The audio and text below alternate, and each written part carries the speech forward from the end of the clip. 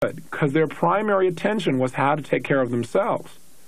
So in order to hire a new group of people that would not be self-sorters, what Southwest Airlines did is it held group interviews where they asked each individual to get up from the front of the room and to talk about why they wanted to go to work for Southwest Airlines.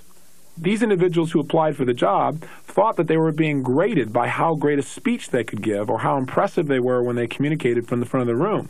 In reality, Southwest Airlines was evaluating the people while they were in the audience to note who was giving the most support, who was sorting by others. If a person was sitting back, not paying attention, gazing off into space, that obviously was a self-sorter and not the kind of person they wanted to hire.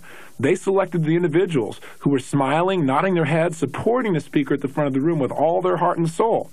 As a result, Southwest Airlines cut their complaint ratio by 98%, and they still have one of the lowest complaint ratios of any of the airlines. This is the power of understanding sorting by self versus others. By the way, would you want your attorney to be an other sorter?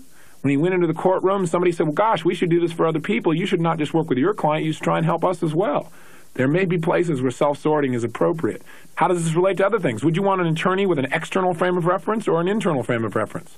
Probably a certain amount of balance, but hopefully he has to have a strong internal frame to fight for your case. Otherwise, he's going to be persuaded very easily to the other side. What if your attorney was a total matcher? Whatever the other guy said, he began to match up with it and go, yeah, that's true. You'd have some real problems. So my point here is there are no right or wrong metaprograms. They're all context related. And the key is to develop balance and to be able to have the choice to use the metaprogram that supports you and not be stuck in any one. If you begin to understand all these metaprograms, you have a tremendous power to motivate and persuade people who you could never have affected before. I used to believe that everyone moved towards, that everybody operated out of possibility, that we all had a strong internal frame of reference, and that we did get feedback, that most of us were convinced by what we saw, and within one or two times of seeing something, we become convinced, that we all saw how things were alike with exceptions, and that we all sorted by others. I came to find out the reality of the world is quite different than the way I held it. In fact, I can remember one time right after I learned these metaprograms, how I was able to use them to motivate someone I'd never been able to motivate before. Many years ago, there was a man that my partners and I did business with, who one day just decided to walk off with $50,000 of our money. Being a sorting by others person and wanting to move towards a positive solution rather than take the man to court, I suggested to my partners that we get him together and we sit down and we find out what's bothering him and see if we can create a way to support him and also, of course, get our money back. So we sat down in a meeting. And as we sat down, I set the frame of the meeting. I said, John, I just want you to know that we're all here together to really support our relationship because we want to move towards a solution that really empowers all of us. We think it's really possible that, by working together, we can create a solution that we're all excited about and we're all happy about and we all leave feeling like it was really a win-win situation. He turned to me and said, listen, I don't give a damn what you guys want, which immediately showed us he was sorting by what? Self. He said, I'm only here because I have to be, which told us he sorted by necessity. He then said, and besides, I don't give a damn whether or not we get a solution that works together. All I want is your turn to stop harassing me, which showed me he was moving away from. I said, well, look, I don't want to cause harassment for you. I just want to create a solution that all of us are happy about. He goes, I don't care about solutions. I just want you guys to stop doing this. I said, well, I want you to be happy, and I definitely want to get our $50,000 back. He says, I'm not giving you the $50,000 back. I said, why not? He said, I'm just not going to. I said, it's not your money. I mean, we could take you to court. We could even probably press legal charges. He said, I don't care what you say. He said, I am selling you my portion of this business. I said, you're not a partner in the business. He said, but I help to promote seminars in this city, and so that makes this my business, and I'm going to sell it back to you for $50,000. I said, look, you've promoted us twice in this city, and you lost money for us on the first event. On the second one, we barely broke even. You've not been an effective promoter by any stretch of the imagination, and this is not your business. I said, you can't charge us any figure you want. Where did you come up with this figure of $50,000 for this quote-unquote business? He said, I didn't come up from it anywhere. I just know it's worth $50,000. I said, but what formula did you use? Can you give me one example from the real world where somebody got paid $50,000 for this kind of thing? I said, here's a business that's not made any money and you don't even own it. He said, it doesn't matter. I know what it's worth and that's what you need to pay me. He obviously had an internal frame of reference. He needed no support from the outside world to maintain his beliefs. The final straw for me is when he finally turned to me and said, listen, this thing could have succeeded if you would have helped more.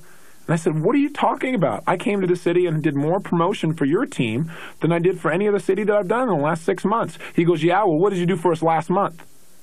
His convincer strategy was he needed to see me do something, and he needed to read about the results, and he needed to have me do it every single time. This was a giant mismatch of our personalities. Here's a man who was moving away from, I was moving towards. Here's a man who was moving basically out of necessity. That's why I made it to the meeting. I was moving out of possibility. Here's a man with a total internal frame of reference. I had a strong internal frame, but also had external desires as well. Here was a man who was sorting by self. I was attempting to sort by others, meaning he and I. And here was a man who had to be convinced every single time versus I just needed to see something twice to believe it was true. So as I continued to try and convince him, I began to say things like, you know what, we've been at this 2 hours, and it's only out of my commitment to support our relationship that I've continued this, but I'm losing my patience. I say, every time we start moving towards a solution, you move away from it. And then all of a sudden something clicked inside me, and I went, meta programs. I just heard about them, I just begun to learn them. And I began to realize he was the opposite of all the things that I was used to.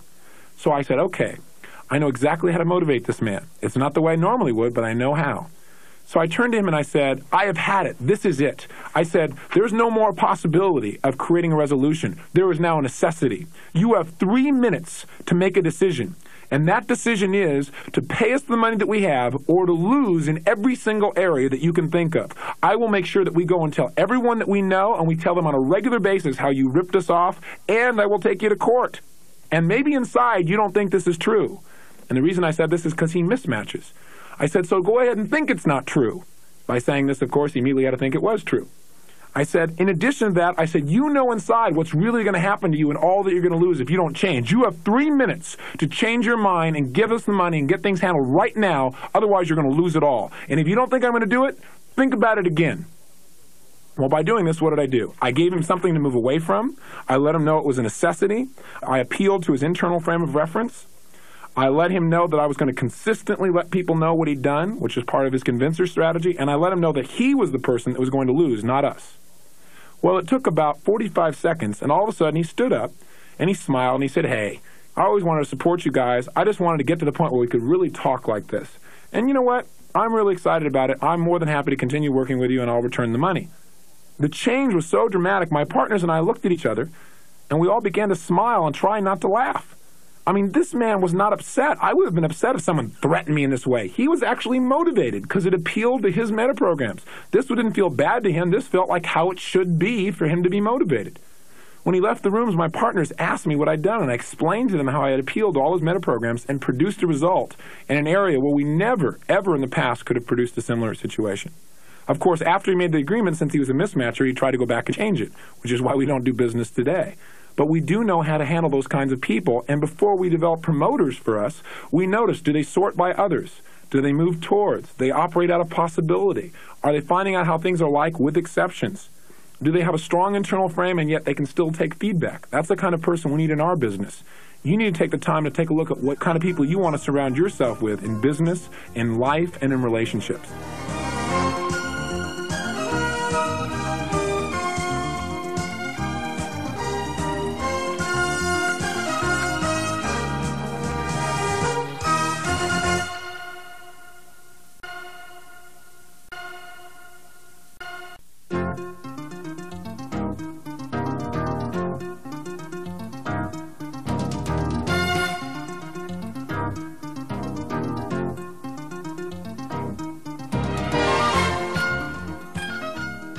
Have you ever wondered why it is that some people look at a glass and see it as half full and others half empty? I know the basic responses that we've learned in the past have been attitude makes the difference, and it does. But a greater understanding beyond attitude allows us to understand why certain people select certain aspects of any experience and focus on it while they delete, distort, or generalize other aspects of human communication. The quality of our lives as human beings is determined by the quality of the patterns of our behavior. As we have discussed in this program, people's behaviors come from the way they represent things and also from the way they use their physiology. But there is a key question we haven't answered, and that is how come some individuals receive the same stimuli? For example, two people see a glass of water. One represents it as being half full, the other represents it as half empty. This is a basic question that we've answered in the past by saying, well, one has a good attitude and the other person has a poor attitude. But the answer is actually much more specific than that. There are certain factors that determine how much of any experience we become consciously aware of. In other words, in any experience in life, there are almost unlimited stimuli in which we could become aware.